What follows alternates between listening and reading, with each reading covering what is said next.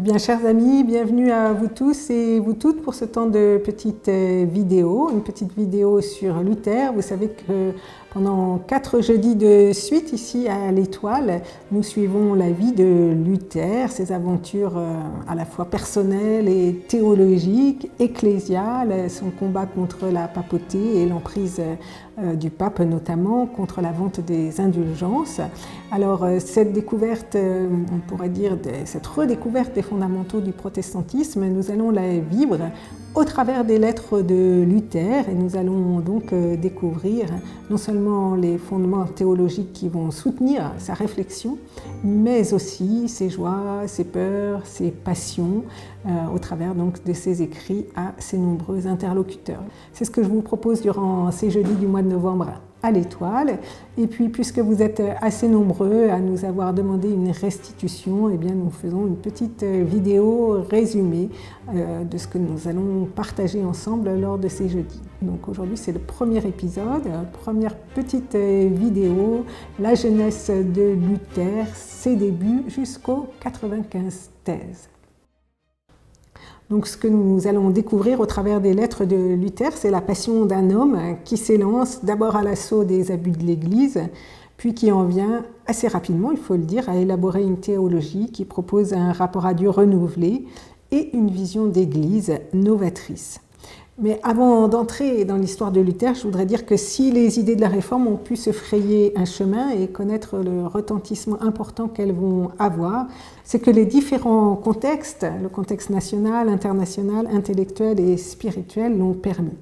La Réforme va être portée par le souffle impétueux de Luther, comme nous allons le voir, mais elle va être également favorisée par les circonstances. Donc je dis quelques mots très brefs sur ces circonstances. 1517, le début du XVIe siècle, c'est le basculement entre la fin du Moyen-Âge et les temps modernes, c'est l'entrée de plein pied dans la Renaissance, et c'est l'époque où l'horizon s'élargit. L'horizon s'élargit géographiquement puisqu'on découvre de nouveaux territoires. Souvenons-nous, 1492, c'est la date de la découverte des Amériques. 1498, Vasco de Gama va accoster aux Indes. L'horizon va s'élargir également du point de vue intellectuel. De grandes figures comme Erasme, Thomas More en Angleterre, Rabelais en France vont porter les idées humanistes.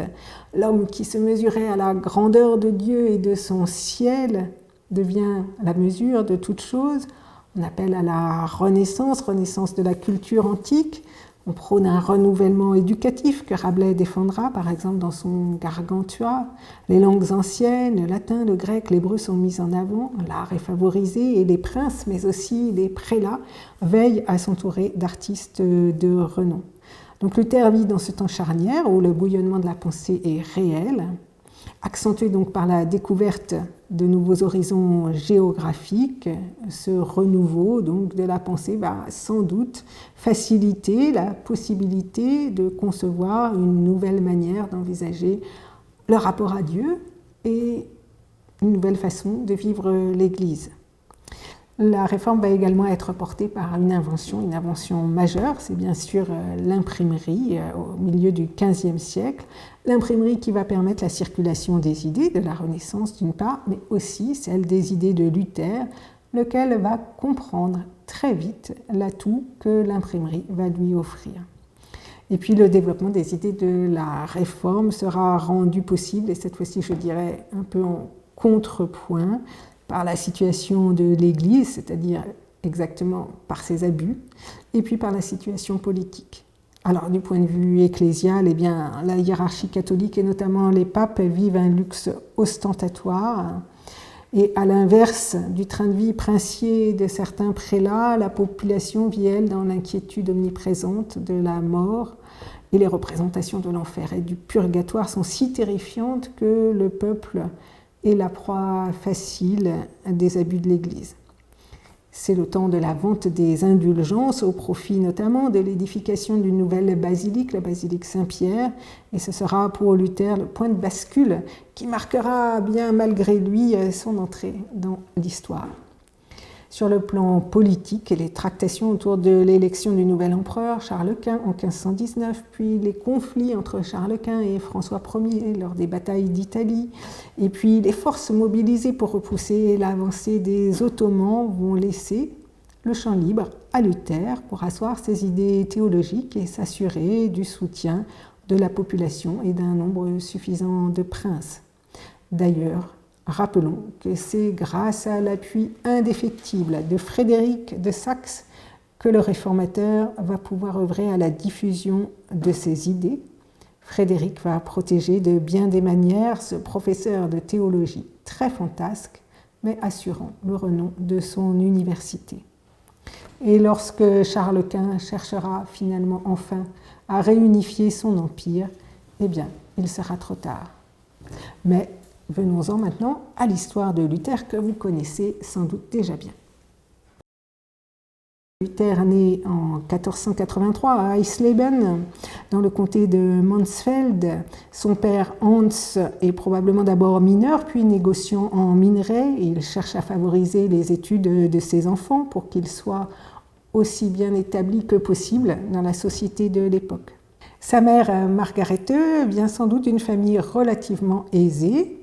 La piété familiale est celle de l'époque, c'est-à-dire que la figure du diable est au moins aussi présente finalement que celle de Dieu. Alors Luther commence des études de droit en 1505 à Erfurt et c'est à ce moment-là qu'il va vivre sa première expérience spirituelle. Pris dans un orage, il fait le vœu, s'il en réchappe, d'entrer au couvent. C'est donc ce qu'il va faire aux grandes dames de son père, furieux, qui verra plutôt la main du diable que la main de Dieu dans cette conversion soudaine. Luther entre au couvent des Augustins, qu'on appelait le couvent noir en raison de la robe des moines. Il y découvrira la pensée d'Augustin, qui sera l'un des socles essentiels de sa pensée. Les Augustins favorisent également la lecture de la Bible, qui deviendra, comme on le sait, la référence première de Luther en matière de foi et qui sera pour lui l'autorité lui permettant de remettre en cause une autre autorité, celle du pape. Luther va être un moine plutôt exemplaire, il cherche à se concilier les bonnes grâces de Dieu et de ce point de vue-là, il est si inquiet qu'aucun exercice spirituel ne parvient à l'apaiser. Plus il s'adonne en prière, en jeûne ou autres pratiques, plus le ciel lui semble s'éloigner de lui, comme il le racontera des années plus tard. En 1509, Luther va être nommé professeur à l'université de Wittenberg, petite université créée en 1502 par Frédéric de Saxe, qui cherche à accroître le renom de sa ville.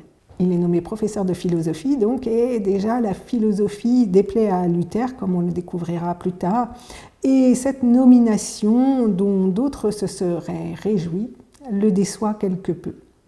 Voici ce qu'il écrit donc à un prêtre d'Eisenach, Johannes Braun. C'est donc un premier extrait de Lettres de Luther que je vous lis maintenant. Me voici donc à Wittenberg, sur l'ordre, ou tout au moins avec la permission de Dieu. Si vous désirez savoir comment je vais bien, grâce à Dieu. La seule chose qui m'ennuie, c'est qu'on m'a imposé des fonctions d'enseignement. Et en particulier l'enseignement de la philosophie, que j'aurais volontiers échangé contre celui de la théologie. J'entends par là une théologie qui recherche le noyau du fruit, l'intérieur du grain de blé, la moelle de l'os. Mais Dieu est Dieu, l'homme se trompe souvent, et même toujours, dans ses jugements. Qu'à cela ne tienne, Luther va valider son doctorat en théologie et sera nommé dès 1512 au poste de professeur en théologie. Le voilà rassuré et heureux. En tant que docteur de théologie, il assure des cours sur les textes bibliques. Il a aussi la responsabilité de proposer des disputatio, c'est-à-dire des controverses dont les étudiants se saisissent pour apprendre le maniement des idées et faire progresser la recherche théologique. Les premiers cours de Luther vont porter sur le livre des psaumes, puis sur l'épître aux Romains.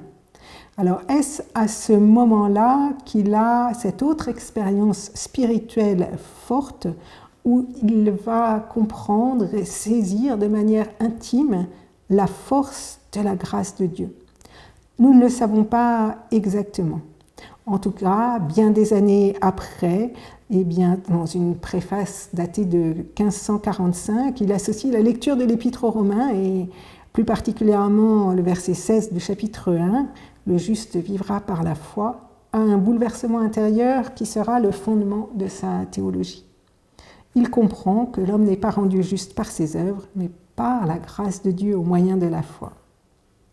Alors, il est assez difficile de savoir si cette révélation a été l'expérience d'un instant ou le fruit d'un itinéraire spirituel, mais dès 1516, on découvre que Luther est porté par cette idée théologique, pour lui bouleversante et libératrice. En effet, je vous lis quelques extraits de ce qu'il écrit à un moine augustin qui s'appelle George Spenline. Voici donc quelques extraits de cette lettre en 1516. Il lui dit « En outre, je désirerais vivement savoir où est ton âme, et si, dégoûtée enfin de sa propre justice, elle apprend à respirer dans la justice du Christ et à se confier en elle. La tentation de la présomption brûle en effet à notre époque le cœur de beaucoup de gens, et principalement le cœur de ceux qui cherchent de toute leur force à devenir bons et justes.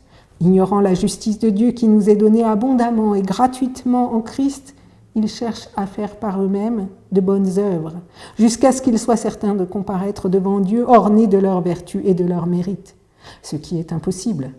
Tu as aussi partagé cette opinion, ou plutôt cette erreur, quand tu étais avec nous. Je l'ai moi aussi partagée. Maintenant, je combats cette erreur, mais je ne l'ai pas encore vaincue. Donc, chers frères, apprends à connaître Christ et Christ crucifié. » Et un peu plus loin, « Réfléchis bien à ce grand amour, et voici la plus douce des consolations. » Ce petit mot de consolation, c'est bel et bien ce que Luther éprouve intérieurement. Pour lui, Dieu n'est plus un juge terrifiant, mais par-delà tout jugement, celui qui en Christ justifie le pécheur par grâce. Quelle libération intérieure donc pour Luther, qui vivait dans le sentiment d'être, malgré son engagement spirituel et ses actes, à jamais injustifiable. L'homme n'a donc pas à faire son salut, mais à le recevoir, et cette théologie va être pour Luther source d'une dynamique spirituelle considérable, comme nous le découvrirons la fois prochaine. Mais voilà qu'on est en 1517, et la vente des indulgences bat son plein. Et Luther, dont c'est la responsabilité de proposer des disputatio, va afficher 95 thèses sur la porte de l'église du château, remettant en cause la vente des indulgences. Alors j'ai longuement développé le contexte des 95 thèses dans la prédication du 27 octobre à l'occasion du culte de la Réformation, et je ne le répète pas ici, mais vous pouvez donc écouter cette prédication si vous souhaitez comprendre les indulgences, leurs bienfaits allégués, le contexte papal lié à la construction de la basilique, mais aussi le contexte local lié à la collection de reliques de Frédéric de Saxe.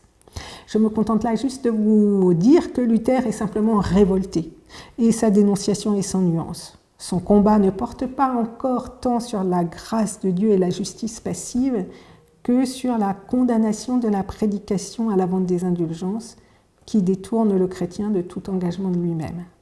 Je vous lis quelques-unes de ces thèses, quelques extraits de ces thèses. Il dit « Tout vrai chrétien, vraiment repentant, à pleine rémission de la peine et de la faute, elle lui est due, même sans lettre d'indulgence. » Luther va ensuite un peu plus loin, il dit « Il faut enseigner aux chrétiens que celui qui voit un nécessiteux et sans se soucier de lui, donne pour les indulgences, réclame pour lui-même, non pas les indulgences du pape, mais le courroux de Dieu. » Et puis Luther dit encore dans ses thèses, sans aucun ménagement ni aucune diplomatie, il dit « Pourquoi le pape, dont aujourd'hui les richesses pèsent plus que celles des Crassus les plus opulents, ne construit-il pas la seule basilique de Saint-Pierre avec ses propres deniers plutôt qu'avec ceux de ses propres fidèles ?»